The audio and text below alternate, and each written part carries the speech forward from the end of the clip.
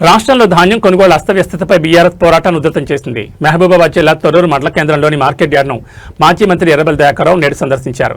కొనుగోలు కేంద్రాల్లో సౌకర్యాలు లేక కాంటాలు కాక అన్నదాతలు పడుతున్న ఇబ్బందులను ఆయన స్వయంగా అడిగి తెలుసుకున్నారు. ఈ సందర్భంగా కాంగ్రెస్ ప్రభుత్వంపై నిప్పులు చెరిగారు.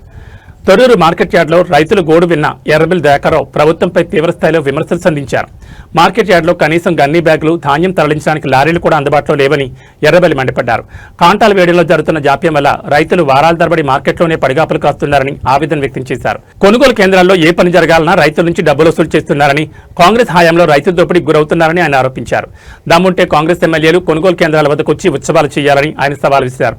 మార్కెట్లలో రైతు మేళాలు నిర్వహిస్తే కాంగ్రెస్ నేతలకు రైతులే తగిన బుద్ధి చెప్తారని హెచ్చరించారు.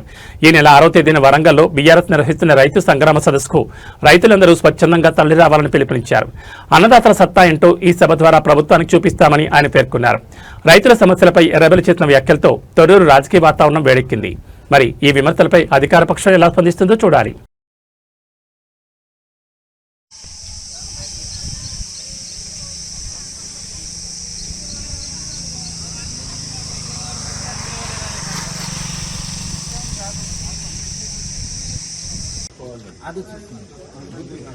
ప్రభుత్వం ఏం చేస్తారంటే రేవంత్ రెడ్డి గారు 60% బయట అమ్ముతున్నారు. 1550 అమ్ముకుంటారు, లాస్లు అమ్ముకుంటారు. ఇట్లా అమ్ముకోవాలని చూస్తారు. వీళ్ళు గోదాములు ఇంతవరకు ఎక్కడ కొనలే, గన్ని బ్యాగ్స్ కొనలే, లారీలు బుక్ చేయలే. ఉంటారా ఇట్లా వస్తానే అని ఆశ పెడతామంటే ఇట్లా తిరిగి ఆఖరికి అందరూ బయట అమ్ముకోవాలని చూస్తారు. ఇప్పుడు వరంగల్ మార్కెట్కి వేస్తున్నారు. వరంగల్ మార్కెట్లో మొత్తం వేరే వాళ్ళు కొనేస్తారు, కొనేసి మళ్ళీ వీళ్ళకే అమ్ముతారు దళాలు. రైతులను ఇప్పుడు మీరు ఇబ్బంది పెట్టాలని ఇప్పుడు ఏ వాళ్ళు చెప్తారు, ఈడ కాంట అవుతుంది బయట అనుకోరాదని ఏ వాళ్ళే చెప్తాడు.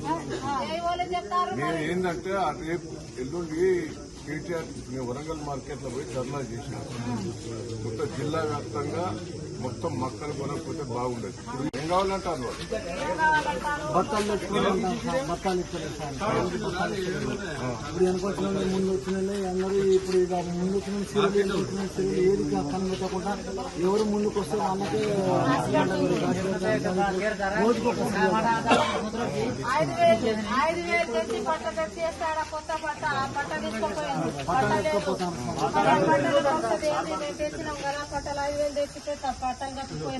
వాళ్ళకే రాత్రి వర్షం ఇట్లా పడుతుంది, వర్షం రాసి పరిస్థితి ఏంది, నువ్వు లేకుండా చూసి తీసుకుపోతారు. మరి ఎట్లా దేని గురించి అని అంటే ఇక్కడ సీసీ కెమెరా లేదు, ఏది లేదు, పట్టించుకుంటలేరు. ఇక 48వ నెంబర్ మాది, 48వ నెంబర్. ఇప్పుడు సీరియల్ అనుకుంటా సీరియల్ మీద రోజు తిరుగుతున్నాం సార్. మేము ఒక రోజు కాదు,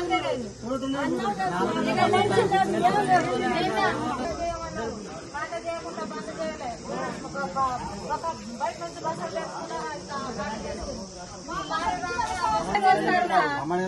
500 తీసేస్తారు రవాణాలు డబ్బులు వాళ్ళ దగ్గర. ఇక వాళ్ళకే కాంటాక్ట్ చేస్తారు. బస్తాలు ఎట్లా ఉంటారు?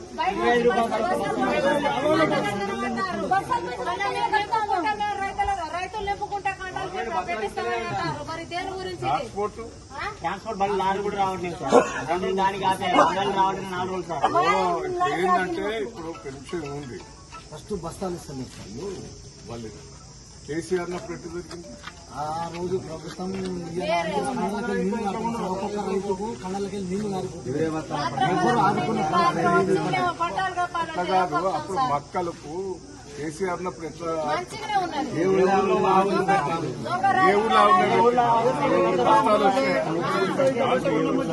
వచ్చినాయి. ఒక్క నిమిషం ఇది ఉంది. వీళ్ళు ఏంటంటే 25 రోజులు 2 రోజులు కాదు మొత్తం